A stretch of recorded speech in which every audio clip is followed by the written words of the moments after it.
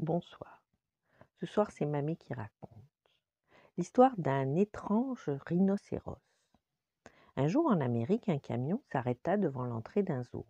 Des chasseurs en descendirent et demandèrent à parler au directeur. Nous avons capturé un rhinocéros dans la forêt. Pouvez-vous le prendre parmi vos protégés? Le directeur du zoo ouvrit de grands yeux. Mais on ne trouve pas de rhinocéros en Amérique.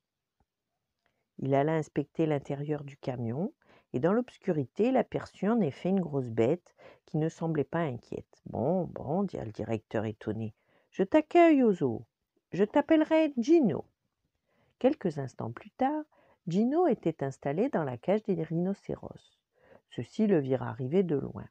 Un petit nouveau, allons lui souhaiter la bienvenue.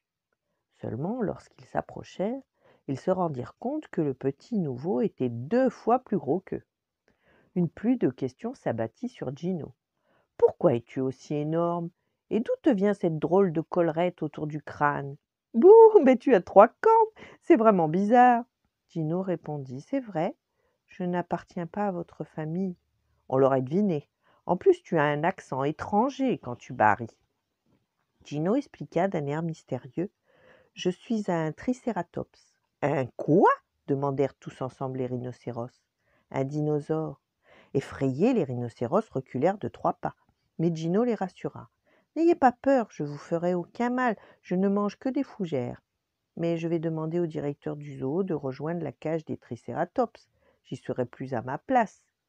Les rhinocéros pouffèrent de rire. Mais il n'y a plus de dinosaures sur la terre. Quel distrait! Tu t'es trompé d'époque.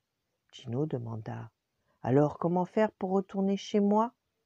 Les rhinocéros, qui avaient bon cœur sous leur rude carapace, virent qu'il était un peu triste et se serrèrent autour de lui. Ben, c'est comment chez toi? Ben, c'est une plaine couverte de volcans en feu, il y a des arbres gigantesques, des lézards géants, des mammouths et d'autres animaux très différents de ceux que je perçois dans ce zoo. Mais pourquoi as-tu quitté ton monde? Gino expliqua, je ne l'ai pas fait exprès. Ce matin, je broutais dans une clairière quand un tyrannosaure a piétiné toute une rangée d'arbres pour se jeter sur moi. Les tyrannosaures sont les plus cruels des dinosaures et ils mesurent 2 fois notre taille.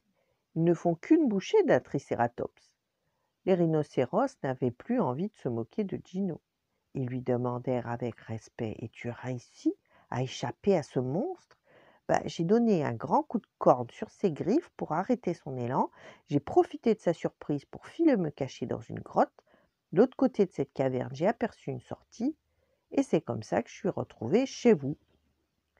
Alors, si tu parviens à retrouver cette grotte, tu pourras la retraverser vers ton époque, s'exclama un petit rhinocéros. Gino regarda autour de lui. Il vit des girafes paisibles, de gracieux flamants roses et des singes acrobates. Il soupira. Votre monde est peuplé d'animaux sympathiques. Je ne sais pas si j'ai envie de retourner chez moi pour me mettre dans la gueule d'un tyrannosaure géant. Le plus vieux des rhinocéros dit alors de sa voix ridée. Nous t'acceptons avec joie. Reste avec nous. Tu seras Gino, le rhinocératops, notre grand cousin. Tous les rhinocéros poussèrent des barrissements de bienvenue en l'honneur de Gino. Et c'est ainsi que le dinosaure passa une vie longue et heureuse dans un zoo d'Amérique. Voilà. Bonne nuit, faites de beaux rêves et à demain.